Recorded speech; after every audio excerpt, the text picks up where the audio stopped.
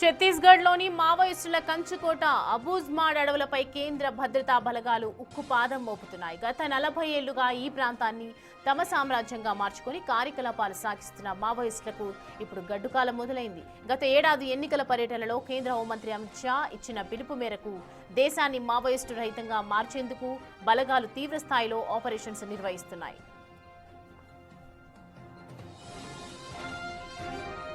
2026 మార్చి చివరి నాటికి దేశంలో నక్సలిజాన్ని పూర్తిగా నిర్మూలించాలన్న కేంద్ర ప్రభుత్వ లక్ష్యం దిశగా సైనిక బలగాలు దూసుకుపోతున్నాయి. గత ఏడాది కాలంగా సాగుతున్న ఈ వేటలో మావోయిస్టుల కీలక ప్రాంతాలన్నీ భద్రతా బలగాల వశమవుతున్నాయి. ఇప్పటికే వేల సంఖ్యలో మావోయిస్టులు లొంగిపోగా మరికొందరు ఎన్కౌంటర్లలో మృతి చెందారు. బలగాల ఆధిపత్యంతో మావోల కోటల బీటలు వారుతున్నాయి.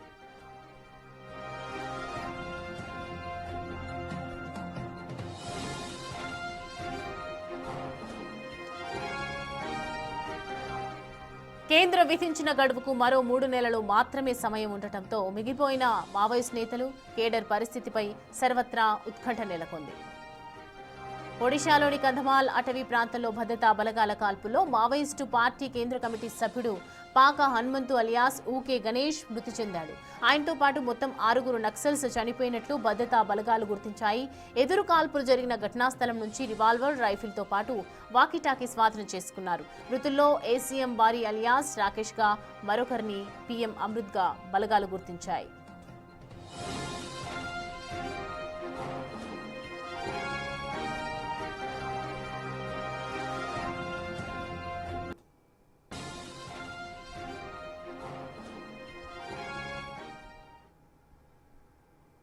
రైట్, ఈ అంశానికి సంబంధించి పూర్తి డీటెయిల్స్ అందించడానికి మా ప్రతినిధి భాస్కర్ జాయిన్ అవుతున్నారు. భాస్కర్, మావోయిస్టులకు సంబంధించి ఇప్పటివరకు ఎంతమంది ఎన్కౌంటర్లో హతమయ్యారు, వాళ్ళకి సంబంధించినటువంటి డీటెయిల్స్ ఏంటి, ఇప్పటివరకు ఏ ఆయుధాలు స్వాధీనం చేసుకున్నారు?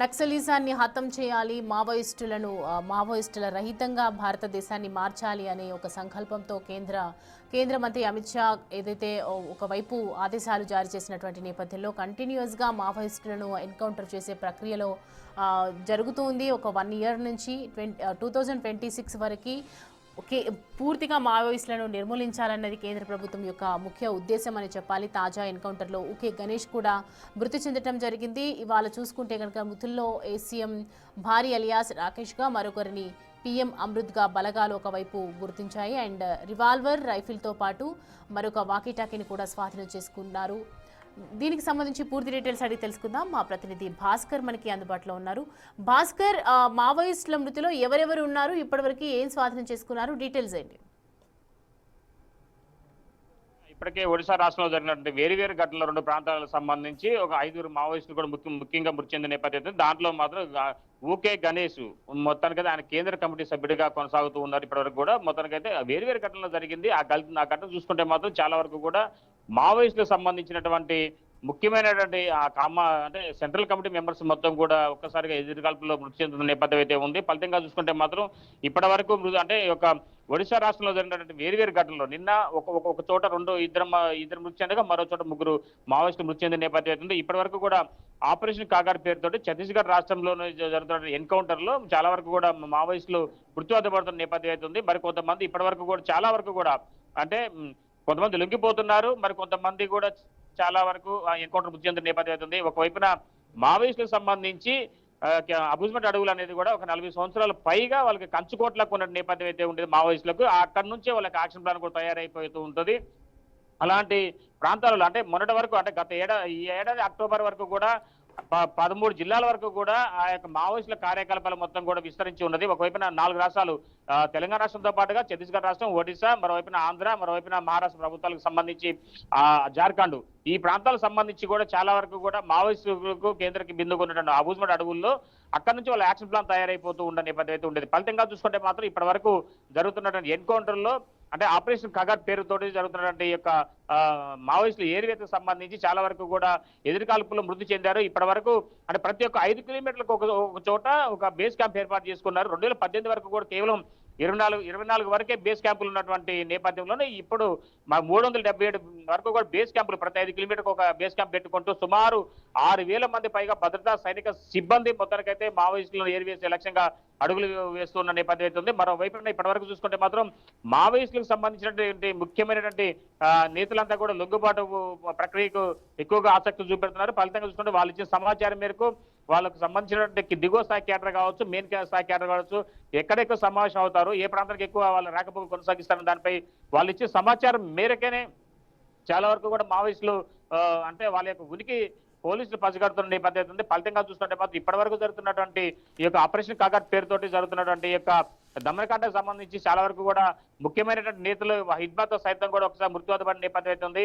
హిడ్మా అంటే మృతి చెందిన తర్వాత కూడా ఇప్పటి వరకు మావోయిస్టులు సరైనటువంటి దిశానిర్దేశం చేసే నేతలు లేకపోవడంతో కూడా దిగువ స్థాయి కేడర్ మొత్తం కూడా ఒక్కసారిగా అల్లకొల్లం అయిపోతుంది. ఫలితంగా చూస్తుంటే యాక్షన్ ప్లాన్ లేకపోవడంతో మావోయిస్టులు మొత్తం కూడా ఒకవైపున లొంగిపోవడం, మరోవైపున మరి కొంతమంది ఎదురుకాల్పులో మృతి చెందుతున్న నేపథ్యం అయితే ఉంది. మాకు ఒకవైపున డివిజన్ స్థాయి కమాండర్ కావచ్చు, మరోవైపున దిగువ స్థాయి కేటర్ కావచ్చు, మొత్తానికైతే వాళ్ళంతా కూడా అంటే ఏం చేయలేని పరిస్థితుల్లో కూడా అంటే వాళ్ళు అడవిలో తలదాచుకున్న తరుణంలో ఆ మావోయిస్టుల కార్యకలాపాలు ఏ ప్రాంతాలు ఎక్కువ ఉన్నాయో ఆ ప్రాంతాలకు సంబంధించి చాలా వరకు కూడా మావోయిస్టులు వాళ్ళ యొక్క అంటే యాక్షన్ ప్లాన్ తయారు చేసుకున్న తరుణంలోనే పోలీస్ సిబ్బంది మొత్తం సైనిక సిబ్బంది, డిఆర్జీ సిబ్బంది కావచ్చు, సిఆర్పిఎఫ్ కావచ్చు, కోబ్రా కావచ్చు, స్పెషల్ పార్టీ కావచ్చు, మొత్తానికైతే వీళ్ళంతా కూడా ఉక్కుపాదం మోపుతున్న నేపథ్యం ఉంది.